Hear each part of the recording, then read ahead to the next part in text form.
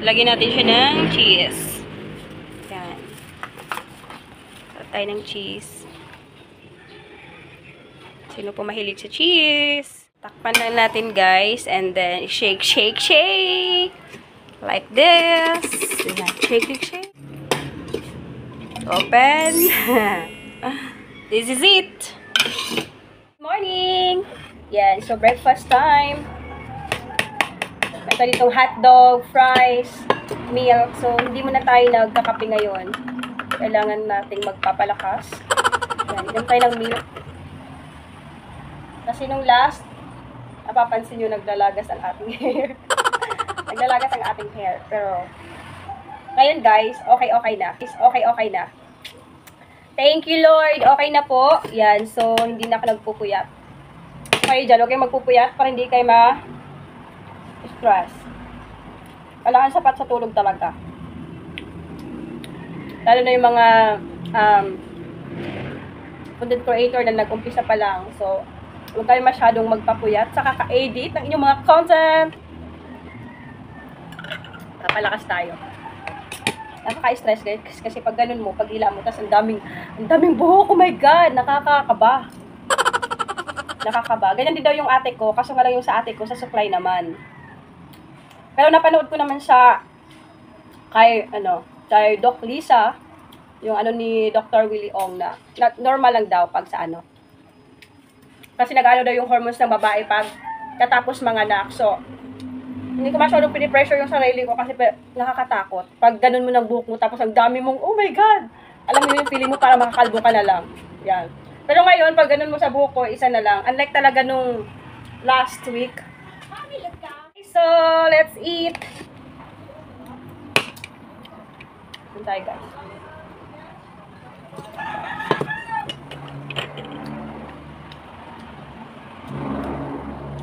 So, whole day tayo later sa tindahan. So, magba-vlog ako later sa tindahan, guys. Yan. Kakain muna tayo. Linis. Tapos tindahan tayo.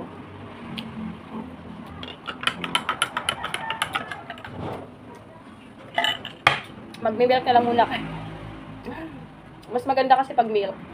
Ang sabi din ng lola ko dati, mas maganda talaga yung gatas compare sa mga kape-kape. Yan. Kasi daw, sabi ng lolo ko, yung mga Amerikano, sabi ng lolo ko, pansin nyo ba yung mga Amerikano, kahit matanda na, straight pa din ang kanilang paglalakad. Yan. Dahil daw yun sa gatas. Dahil daw yun sa gatas, guys. Kahit matatanda na sila, straight pa din ang kanilang body sa paglalakad. Yan. Dahil daw yun sa gatas, sabi ng lola ko. Kaya yung lola ko dati, siya, 95 years old, nagagatas. Yan. Dahil na nagagatas. Matibay pa rin. Kahit, mga magwa 100 years old na. Yan. So, matibay pa din ang lola ko. Namatay yung lola ko almost 110 years old. Yan, ganun. Pero yung kapatid niya, 120 years old. Pero sa na yon, parang sa bed na sila nakahiga. Yan, tanda ko pa, ako dati, 10 years old. So, tanda ko pa, bago namatay yun, 120 years old. Yan. So, ganun ganon yung edad niya, 120 years old. Pero minsan sa bed na talaga, as in, sa bed na. Pero sabi ng lula ko, mas maganda na pagpatibay talaga ng katawan or buto is gatas. Unlike sa mga kape-kape. Yung lula ko kasi hindi mahilig sa mga kape, yan, hindi mahilig yung mga ganyan. Gatas talaga, gatas. Yan.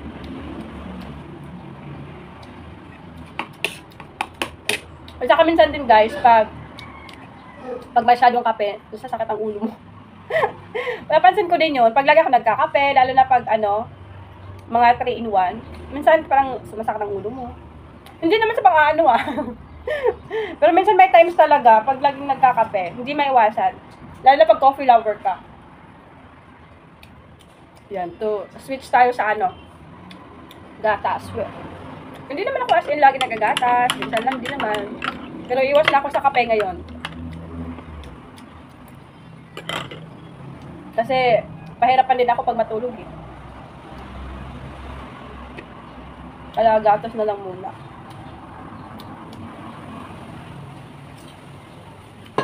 price. Wala si Simon dito sa ano. Maka iba pa. Nakita niya. Kaya tayo lang dito.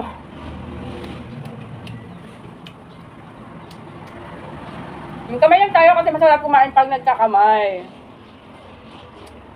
Means pa tayo pang appetizer, pang paggana. Fries.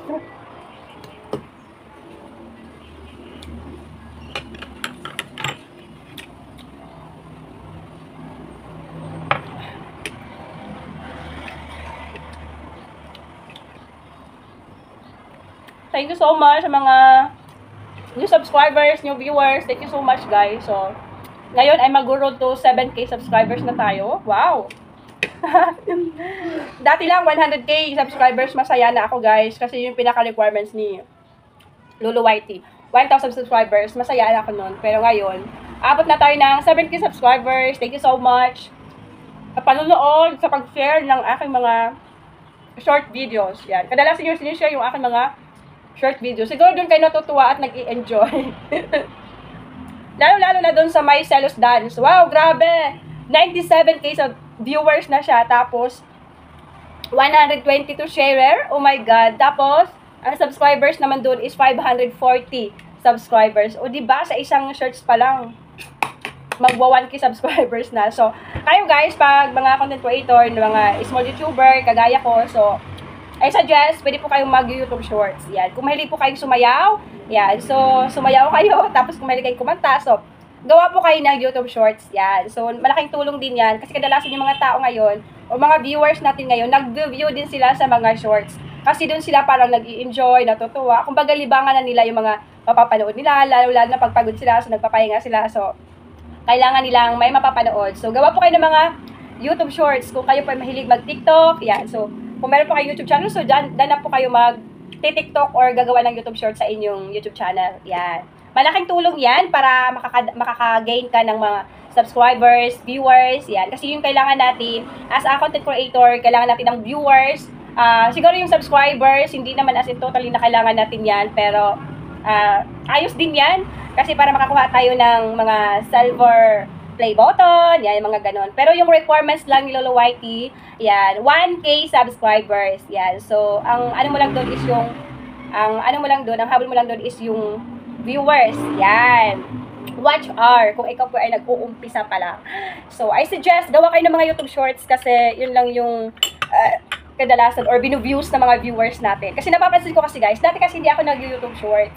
Hindi ako nagda-dance, hindi ako nagti-TikTok. So, ngayon kasi parang nahilig ko na. So, nakikita ko kasi every na magti-TikTok. Kasi doon mo siya makikita yung sa analytics. Doon mo siya mapapansin kung ilan na yung nag-subscribe, ilan na yung nag-share, yan, ilan na yung mga nanonood, yan. Doon mo kasi mapapansin. So, feeling ko parang pag sa subscribers lang, parang doon ako makakaano sa YouTube Shorts. Yan. So, feeling ko lang. Kasi every time mag-YouTube Shorts ko, hindi ako mawala ng isang subscribers.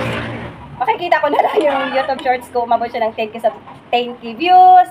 Yan, yung una hindi pa, yung parang 20 views lang, 20 views lang, 60 views lang. Tapos mga ilang araw nakalipas, mapapansin mo na, umabot na siya ng 15K views.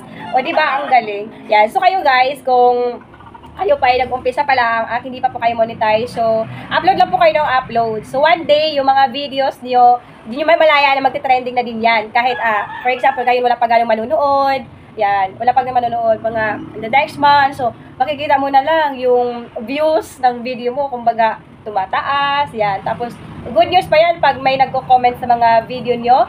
Good news yan kasi pag napapansin na yung mga content nyo. Yan. So, wag po kayong mapapagod, gawa ng content, mag-upload ng content. So, consistent kayo para ma-reach nyo po yung requirements ni Lolo Whitey at ma-unlock nyo rin po yung YPP program niya. So, andun, start na kayo ng kita. Yan. Kumbaga, pinaka-passive income mo yan. Kumbaga, kahit tulog ka, kikita ka.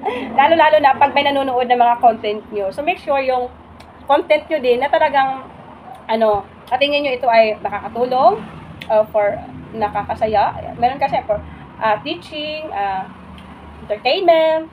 Yan. Depende kasi kung ano yung content mo. Kung lifestyle, yan. Mga ano-anong ginagawa mo sa buhay, araw-araw. May lifestyle vlog na.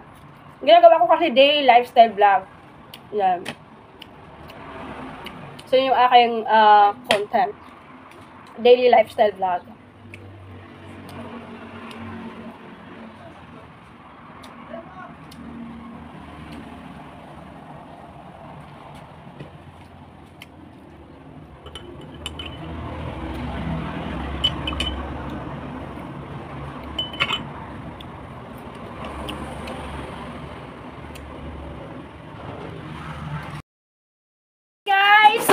tayo ng luya, bawang, and sibuyas. Kasi dito, mahirap lumipad sa kabila. So, luya, 55 pesos ito. Yan, ganito siya kadami, 55 pesos. Yan, kumbaga tingi-tingi ko na lang, putol-putol ko na lang kung magkano yung mahal pala ng luya. Bawang, 53 pesos. Ganito kadami, 53 pesos ang bawang. So, ito namang sibuyas. Itong sibuyas mura lang. 27 pesos. Yan. Siguro, ibebenta ko siya ng 3 pesos, 4 pesos. Ganito siya. Yan. 3 pesos to siya. Yan. Mga ganyan. 3 pesos.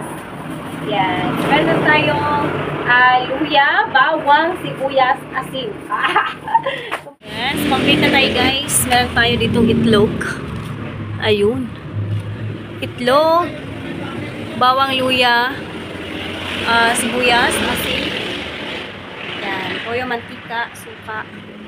Ito naman, pamintang buo, durog, sotanghon, laurel. So, inantay ko lang yung ating order ngayon. Yan, pa-deliver mamaya mga before 5 p.m. Sobrang init. Actually, katapos ko lang maligo. So, ayun, pawis na naman tayo. Yan. Napapawisan na naman tayo. Sobrang init dito, guys. Grabe. Yan. Siguro sa buong ano naman. Sa buong Luzon, Visayas. Yan. So, lahat naman ata, guys. Sobrang init. Yan. Kasi napapansin ko rin sa amin. Init daw. Doon sa Zamboanga del Norte. So, mainit din doon. So, mainit din dito sa Luzon, sa Visayas, at Mindanao. So, ngayon, inaantay ko lang yung deliver ko ng dilis. Umorder ako ng 3 tab na tig 100. 20 pesos ang bentahan ko. Tapos, 5 tig 65 pesos ang aking bentahan dito sa tindahan. So, inantay lang natin, guys. Kasi mamaya daw i-deliver ni Ma'am Judith. Kasi, sobrang init nga naman. Yan. So, tignan nyo naman. Kahit mga magpo 4 p.m. na, sobrang init pa din. Oh, grabe, guys. Grabe, sobrang init. So, mamaya, yan. So, nag-vlog na ako kanina. Ang bina-vlog ko yung nag-almusal ako. Tapos, bumili ako ng mga luya, bawang, and yung ating sibuyas. So, kinukomplete ko na dito kasi mga tao naghahanap ng mga ricados. Yan, kailangan nila kasi dito, tatawid ka pa kasi sa kabila para bibili. Tapos, traffic. Grabe, tapos ang bibili sa mga sasakyan dito. Yes, nandito na ang ating order.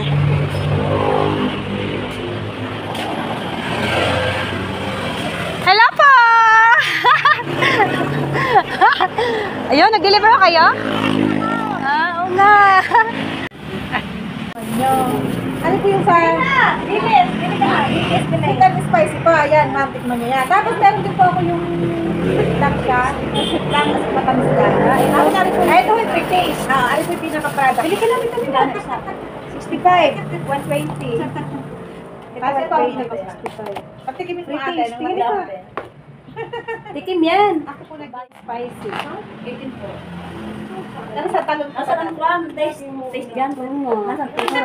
Nasaan taste niyan? Maraming nagme-message sa akin kung nagbebenta daw ako. Sabi ko, oo. Yan naman ma'am. Matamis lang yan. Ito po ay Sweet lang yan. Wala siyang sili. Ayaw buksan. Kaya, Ako ba may miso ng supaya ng Laguna? Sa Co-op. nagmumutol ako pa doon. Hindi po, yung asawa ko. Magkano po lahat? 5 So, dumating na, guys, ang ating delicious. Yan, meron tayo dito, guys, na crunchy, sweet, and spicy delis. Yan, so meron tayo dito, guys. Ito po, pag ganito is 65 pesos. Pag ganito naman, 120 pesos. Yan. Super duper dami. Hindi kayo magsisisi, sobrang sarap. Oh, nandito, oh. Oh, masarap! So, ito yung free taste. Yan. So, free taste, sweet and spicy, at free taste na sweet lang. Yan. Kung ayaw mo naman ng may maanghang, so dito ka lang sa sweet. Kung ikaw ay sweet, so dito ka lang sa sweet. Meron tayong sweet and spicy. Yan. Super crunchy. Natikman ko na siya kanina. Ito yung free taste. Sobrang sarap. So, ito naman ang ating stocks. Yan, 65 pesos each pag ganito, guys, kalaki. Ito ay round tab. And yung rectangular tub naman. Hindi siya square kasi hindi naman siya magkapantay. Ay, rectangular tub. Ito po ay 120 pesos. Yan. So, kung gusto niyo po mag-order, yan. So, message nyo lang po ako. See? Super, super yummy. I love it. Yan. Sino mahilig sa Dilis lovers dyan? Order na kayo, guys. So, meron tayong free taste. Pwede nyo po munang tikman bago kayo bibili.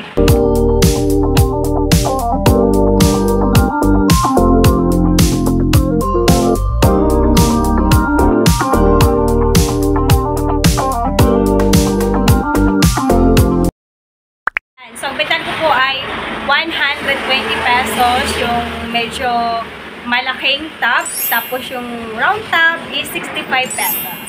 Yan. So, dito ko na po tatapusin yung vlog. Thank you so much for watching. I hope nag-enjoy kayo sa ating video. Bye, guys! Stay safe and God bless. If you like this video, like and subscribe. Bye!